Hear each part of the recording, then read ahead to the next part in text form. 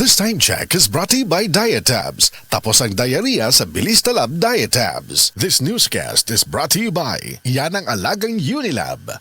Ang time check na ito ay hatid sa inyo ng Blend 45. Kapeng Pinoy, ang kape ng tunay na madiskarte.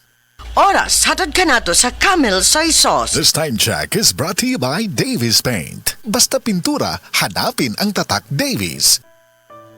Pagbasa sa 10 kabanata ng Aklat ni Juan, ang talinhaga tungkol sa pastol, talata 1 hanggang 42. Pakatandaan ninyo, ang pumapasok sa kulungan ng mga tupa nang hindi sa pinto nagdaraan kundi umaakyat sa di dapat pagdaanan ay magnanakaw at tulisan. Ang tunay na pastol ay sa pintuan nagdaraan. Pinapapasok siya ng gwardya at pinapakinggan ng mga tupa ang kanyang tinig. Tinatawag niya ang kanyang mga tupa sa kani-kanilang pangalan at inilalabas sa kulungan. Kapag nailabas na, siya'y nangunguna sa kanila at sumusunod naman ang mga ito sapagkat kilala nila ang kanyang tinig. Hindi siya sumusunod sa iba kundi patakbong lumalayo sapagkat hindi nila kilala ang tinig ng iba. Sinabi ni Jesus, ang talinhagang ito, ngunit hindi nila nauunawaan ang ibig niyang sabihin. Kaya't muling sinabi ni Jesus, pakatandaan nyo, ako nga ang pintuang dinaraanan ng mga tupa.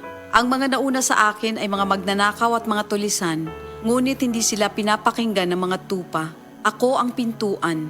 Ang sinumang pumapasok sa pamamagitan ko ay maliligtas. Papasok siya't lalabas at makakatagpo ng pastulan. Dumarating ang magnanakaw para lamang magnakaw, pumatay at manira. Naparito ako upang ang mga tupa ay magkaroon ng buhay, ng isang buhay na masagana at ganap. Ako ang mabuting pastol. Iniaalay ng mabuting pastol ang kanyang buhay para sa mga tupa. Ang bayaran ay tumatakas kapag may dumarating na asong gubat. Iniiwan niya ang mga tupa, palibas ay hindi siya pastol at hindi kanya ang mga ito. Kaya't sinusunggaban ng asong gubat ang mga ito at binubulabog. Tumatakas siya, palibas ay bayaran lamang at walang malasakit sa mga tupa. Ako nga ang mabuting pastol, kung paanong kilala ko ng Ama at siya kilala ko, gayon din naman kilala ko ang aking mga tupa at ako'y kilala nila. At iniaalay ko ang aking buhay para sa aking mga tupa. Mayroon akong iba pang mga tupa na wala pa sa kulungang ito. Kinakailangan sila'y ipasok ko rin at papakinggan naman nila ang aking tinig. Sa gayon magiging isa na lamang ang kawan at isa ang pastol. Dahil dito'y minamahal ako ng Ama sapagkat iniaalay ko ang aking buhay upang ito'y kunin kong muli. Walang makakakuha ng aking buhay kusa ko itong ibinibigay. Mayroon akong kapangyarihang ibigay ito at kuning muli.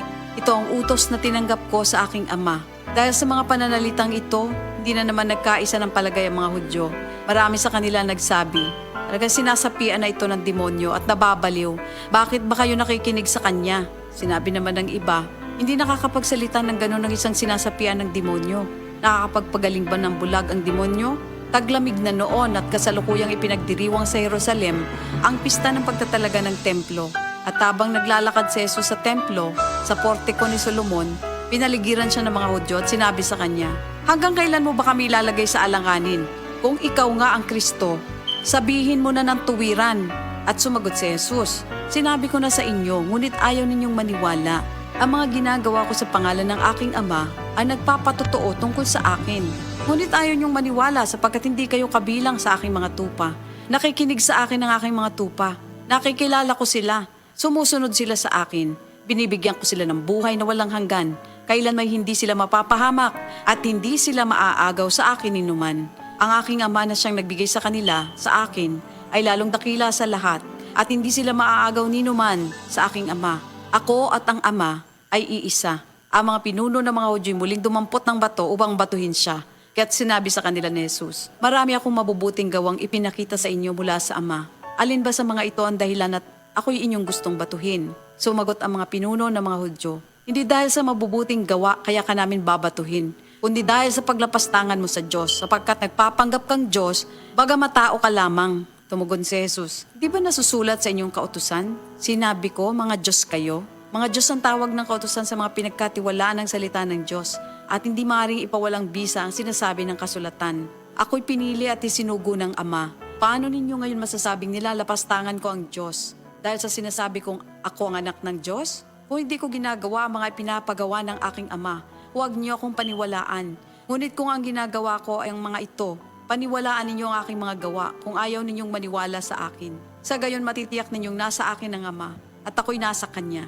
Kaya tinangka naman nilang dakwin si Jesus, ngunit siya'y nakaalis. Muling pumunta si Jesus sa ibayo ng Hordan sa pook na dating pinagbautismohan ni Juan. Habang naroroon siya'y maraming lumalapit sa kanya.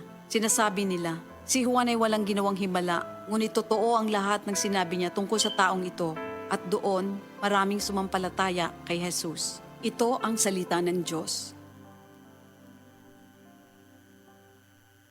Diabetes, usa ka sakit nga lisod ug delikado sa atong mga lawas. Tungod aning pwede ka mamatay sa komplikasyon sa kasing-kasing, kidney, atay, ug uban pang mga vital organs sa atong lawas. Sukla nato ang diabetes. Mag Life Extension Vitamin D3 na mo. Rekomendado sa mga medical doctor. Mapalit sa mga butika. Mga mommy, aron himsog ug abtik si baby, hatagi kini og D3 syrup for kids pirmi. Muligon ang immune system ug malayo sa sakit. Uban sa sakto nutrisyon og D3 syrup for kids, mo healthy si baby. Sa D3 syrup, protektado si baby. Nganong atong pilion ang Vitalangs capsule, sangkap kini sa mga bitamina ug natural nga sagol, vitamins A, D3, E ug zinc, alang sa likon nga immune system, Korean ginseng ug chlorella aron makafunction ug maayo ang lungs, B vitamins, iron ug folic acid alang sa pag-atiman aron himsog, ug powerful antioxidants para protektahan ang imong lungs o baga. Mag-inom og Vitalangs capsule.